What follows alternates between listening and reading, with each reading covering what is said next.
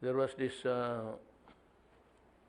complaint by Senator Lacson and Senator Ontiveros.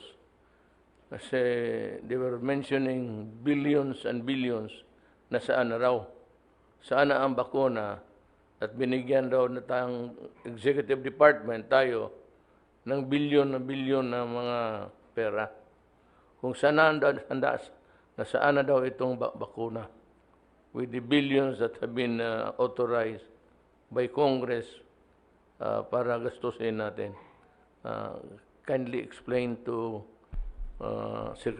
Senator Lacson and Senator Ontiveros so that they may be at least educated along this line. Thank you, Mr. President. Actually, I already wrote a letter of explanation to the entire Senate explaining yung question nila as to our financing last year and the financing for the COVID vaccines. I only have 2 slides. The first slide is, sorry, can they put on the slides? Yeah.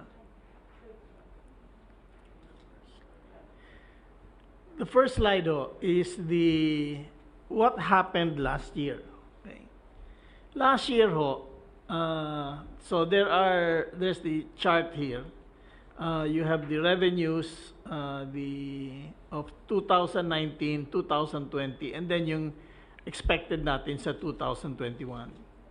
In 2019 nakakollect tayo ng 3.1 trillion pesos. First, let me explain the difference between million, billion, and trillion. Okay. When you think of 1 million, you should think of 1 Innova. Okay. When you think of 1 billion, you should think of 1,000 Innovas. When you think of 1 trillion, you should think of 1 million Innovas. So, this is trillions. Okay. So, we collected last year because of the tax reform that you authorized us to do and the Congress passed. We collected in 2019 3.1 trillion pesos. Bumaba yan sa 2.86 trillion in 2020 kasi nag-lockdown tayo, yung business transactions bumaba, therefore yung income ng mga tao bumaba. So ang taxes na na-collect natin was lowered. On the other hand, yung gastos natin between 2019 and 2020 tumaas. 2019, gumastos tayo ng 3.8 trillion pesos. 2020, tumaas yan sa 4.23 trillion pesos. Kasi we gave the social amelioration program. That was about almost 250 billion pesos. And then we bought PPEs. We spent more for hospitals. We spent more for healthcare. So tumaso yan from 3.8 trillion to 4.23 trillion. Therefore, ang deficit natin, ang deficit is income minus expenditure.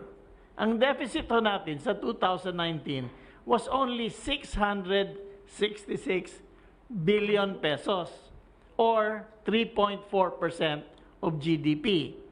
Tumaaso yan to 1.37 trillion. 286 minus 423 is negative 1.37. So that went up to 7.6 trillion, 7.6%. Now, in 2019, we only borrowed 1 trillion pesos. However, sa 2020, we borrowed 2.7 trillion. The first part of the borrowings was to cover the deficit so that we could spend the 4.23. So, we borrowed 2.74 trillion. So, we borrowed more because, number one, more than the deficit, because we had more projects that we were still funding, like the build, the different bridges we were starting. So, we borrowed more. Plus, bumabaho yung interest rate in 2020. So, humiram tayo para bayaran yung old debt. Kasi mas mura na ang interest. So, therefore, at the end of 2019, our debt to GDP was only 39.6%. Now it's 54.5%. And that is caused mainly or solely by the COVID crisis. Sa 2021 ho, ang revenues natin will be more or less flat as compared to 2020. It's only 2.88 trillion. Our expenditures will be higher to 4.66 because we are spending more for healthcare, more for build, and salaries of government. So ang deficit natin is going to go up from 1.37 trillion to 1.78 trillion. So we will borrow this year around 3 trillion pesos. A little more than 2020. That is the plan. This is approved in the budget. Approved na yan sa budget na present natin. So, kung tatanungin tayo ng mga congressman at saka senators, this is really the base explanation of the financing we did last year. If they want a more detailed explanation, we can break down all of these numbers. Is that okay? Okay. Oh. So, the reason is revenues went down because of the lockdown, less income, and our expenditures went up because of the COVID. So, we had to borrow more money. Okay. Yeah. Yes. Sonny, ano lang nila is, can we give the people a simpler analogy of saan na yung then the quoted an amount, saan na yung billion for the vaccines? Okay, now, the next slide I have, this is explanation of what happened last year. Okay?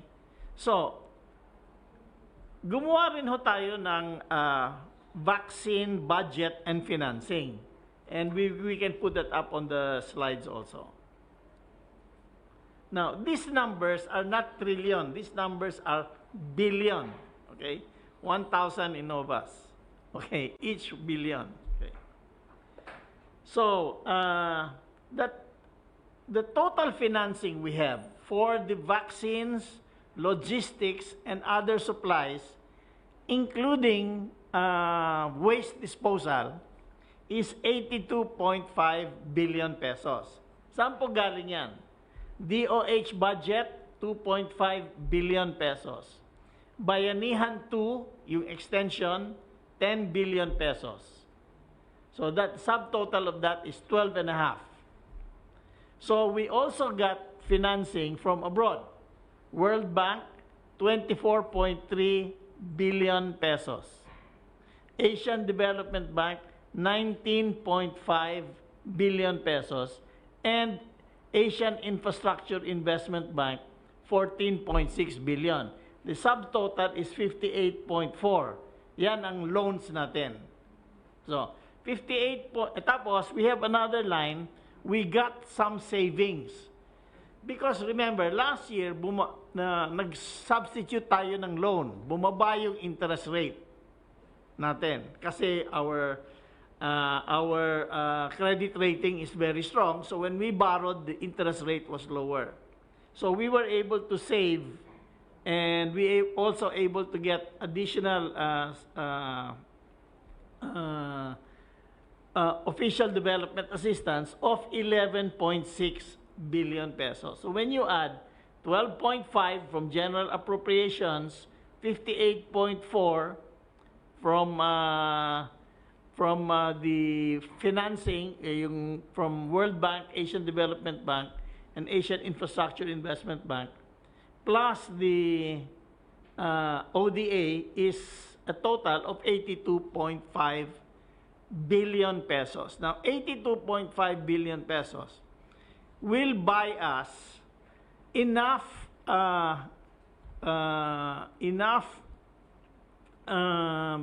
doses to inoculate 100% of our adult population. Kasi according to the Department of Health, hindi pa pwede inoculate yung mga bata, di ba? 16 or 18 below, hindi pa pwede, di ba? Ang total population natin is around 110 million. Ang below 18 is 40 million. So 70 million lang to vaccinate. So that money, the 82 billion, plus the private sector and another 10 billion from the pesos from the LGUs will be able to vaccinate all the adults in the Philippines this year.